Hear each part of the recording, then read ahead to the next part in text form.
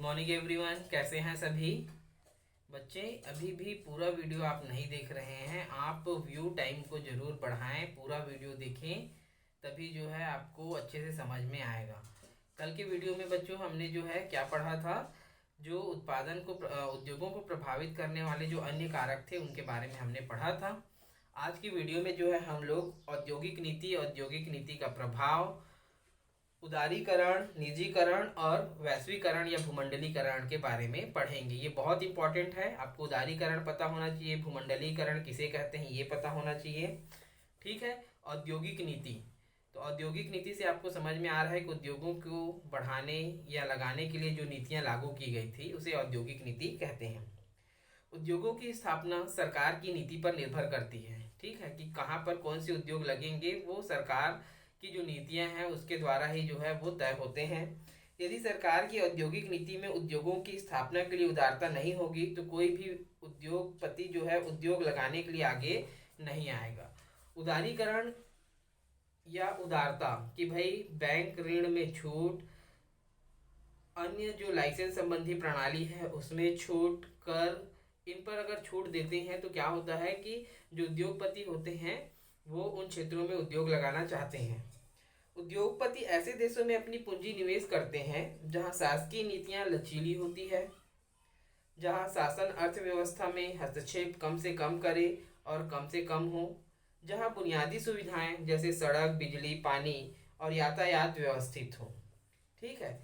तो जो भी उद्योगपति है, देखिए उद्योगपति का मुख्य ध्येय क्या होता है? लाभ अर्जित करना।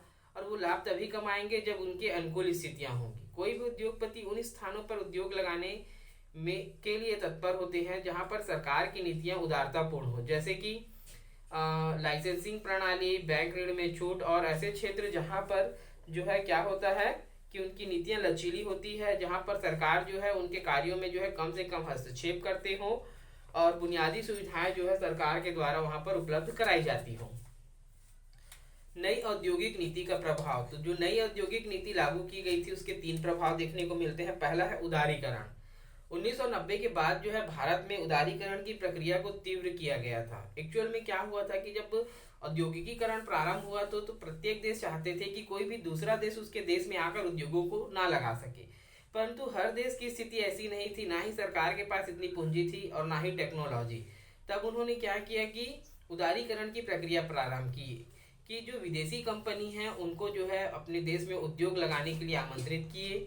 इसके लिए जो है उन्होंने कुछ छूट प्रदान की और इन्हीं छूट को जो है उदारीकरण के नाम से जाना जाता है। उदारीकरण का अर्थ है नियमों और प्रक्रियाओं को आसान बनाकर लाइसेंस परमिट राज को कम करना, कि बिना लाइसेंस के बदले जो है बिना लाइसेंस के आप काम नहीं कर सकते तो उसको कम करना, जिससे विदेशी कंपनियां अपनी प्रौद्योगिकी व तकनीकी के साथ भारत में कारखाना लगा सके। यह औद्योगिक विकास के लिए किया गया उपाय है जो 7वीं पंचवर्षीय योजना काल में अपनाया गया। 8वीं पंचवर्षीय योजना में से और अधिक प्रोत्साहित किया गया। जैसा कि मैंने अभी बताया कि भाई हमारे पास जो है उतनी उन्नत टेक्नोलॉजी नहीं थी, उसको ध्यान में रखते हुए जो है उद्योगों को बढ़ाने, रोजगार को बढ़ाने के लिए जो है अन्य कंपनियों को देश में आमंत्रित किया गया। इसके लिए जो है उनको कुछ छूट दी गई।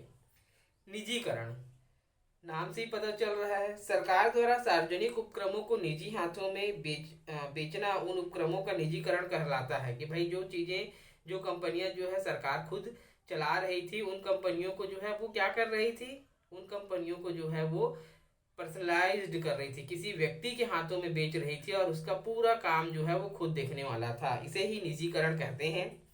विगत सालों में सार्वजनिक क्षेत्रों के उपक्रमों में घटते हुए लाभ को देखते हुए इनके प्रबंधन में निजी क्षेत्र की भागीदारी बढ़ाने, घाटे में चल रहे बीमार उपक्रमों को बंद करने की मांग तेजी से बढ़ने लगी। ठीक है। जो सार्वजनिक क्षेत्र से या सरकारी तंत्र के द्वारा जिन बड़ी कंपनियों को जो है चलाया जा रहा था उनमें क्या हुआ कि उनमें उत्पादन की प्रक्रिया के दौरान जो है घाटे होने लगे थे, आय जो है कम हो रही थी और उन्हें जो है पेमेंट ज़्यादा करना पड़ रहा था। कुल मिलाकर देखें कि जो सार्वजनिक उपक्रम की कंपनियां थी उनमें घाटे हो रहे थे। अब सरकार ने क्या निर्णय लिया कि या तो इन कंपनियों को बेच दिया जाए या इन कंपनियों को निजी हाथों में दे दिया जाए। इसीलिए क्या किया गया कि इन बीमार चल रही कंपनियों को, जिनको बंद करने की मांगे उठने लगी थी, क्योंकि कोई भी उद्योग जो है लाभ के उद्देश्य से लगाया जाता है, और जब उसमें लाभ नहीं मिलता है तो अब हम क्या करते हैं, उन उद्योगों को या तो बंद कर देते हैं या तो बेच देते हैं।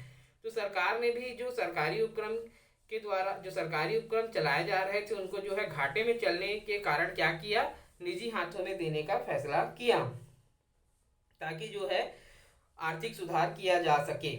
सार्वजनिक उपक्रमों में लगातार बढ़ती समस्याओं के समाधान के लिए सरकार ने आर्थिक सुधार कार्यक्रमों की श्रृंखला के दौर में सार्वजनिक उपक्रमों में विनिवेश की नीति अपनाई और इन सार्वजनिक उपक्रमों के निजीकरण का मार्ग खोल दिया। कि जो आर्थिक समस्याएं थी उनको दूर करने के लिए सरकार ने एक निर्णय लिया कि इनको जो है क्या किया जाए, निजी कंपनियों में जो है इनमें जो है हिस्सेदारी बढ़ाई जाए, और धीरे धीरे जो है निजीकरण का काम प्रारंभ हो गया। इस प्रक्रिया में सरकार ने सार्वजनिक उपक्रमों के अंशों को बेचना प्रारंभ किया। अंशों मतलब जो शेयर्स, आप देखेंगे कि जो बड़ी कंपनियां होती है वो शेयर्स में होते हैं, कोई एक जो है उसका मालिक नहीं होता है, बहुत सारे लोग जो हैं उसके मालिक होते हैं, परंतु जो 50% से अबव जिनकी हिस्सेदारी होती है उसे ही जो है सर्वे सर्वा माना जाता है। तो जो सार्वजनिक उपक्रम के काम थे उनमें भी अब क्या किया जाने लगा कि उनके जो अंश थे, शेयर्स थे, उन्हें जो है बेचना प्रारंभ किया गया। इससे इनके प्रबंधन में निजी क्षेत्र की भागीदारी बढ़ी एवं अतिरिक्त संसाधनों का भी एकत्रीकरण हुआ।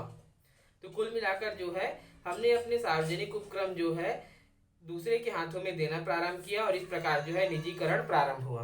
वैश्वीकरण, भूमंडलीकरण। 1980 और 90 के दशक में शुरू हुई वैश्विक प्रक्रिया के तहत पूंजी के साथ साथ वस्तुओं और सेवाएं, श्रमिक और संसाधन एक दूसरे देश में स्वतंत्रता पूर्वक आ जा सकते हैं। वैश्वीकरण का मुख्य जोर घरेलू और विदेशी प्रतिस्पर्धा को बढ़ाने पर है। वैश्वीकरण को हम दो तरह से समझ सकते हैं, ठीक है। वैश्वीकरण या भूमंडलीकरण 1980 और 90 के दशक में। वैश्वीकरण या भूमंडलीकरण का मतलब है देश की अर्थव्यवस्था को विश्व की अर्थव्यवस्था के साथ जोड़ना, अर्थात हम अपने आप को अंतर्राष्ट्रीय स्तर पर रिप्रेजेंट करते हैं औद्योगिक मामलों में, बाजारों के मामले में। यही जो है वैश्वीकरण या भूमंडलीकरण कहलाता है। और जब सारे देश जो है एक मंच पर आते हैं तो उनमें आपसी प्रतिस्पर्धा जो है तेजी से बढ़ती है। वैश्वीकरण को हम दो तरीके से समझ सकते हैं। पहला है एक आर्थिक व राजनीतिक प्रक्रियाएं जिसके तहत उत्पादन और वितरण का अंतर्राष्ट्रीयकरण होता है, ठीक है।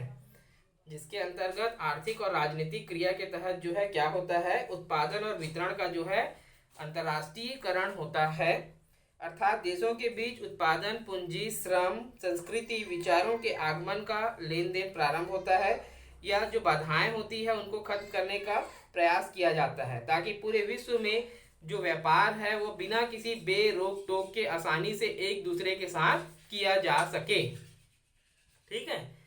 कि हम जो है अपने व्यापार, रोजगार, श्रम, संस्कृति के बीच के लिए जो एक दूसरे देश के बीच जो बाधाएं होती है उसका खात्मा हो, और हम जो है बिना बेरोक टोक के अपना व्यापार कर सकें। वैश्वीकरण को आगे बढ़ाने के लिए सुझाई गई नीतियां, जिन्हें हम उदारीकरण की नीतियां भी कहते हैं। तो ये दूसरा पॉइंट ये आ जाएगा कि जो उदारीकरण है वही वैश्वीकरण है, कि कोई देश जो है वहां पर जो विदेशी कंपनियां जो है आकर अपना व्यापार लगाती है वो सब इसी के माध्यम से संभव हो पाता है, किसके, भूमंडलीकरण या वैश्वीकरण के द्वारा। ठीक है बच्चों, कोई डाउट होगा तो जरूर पूछेंगे। Thank you.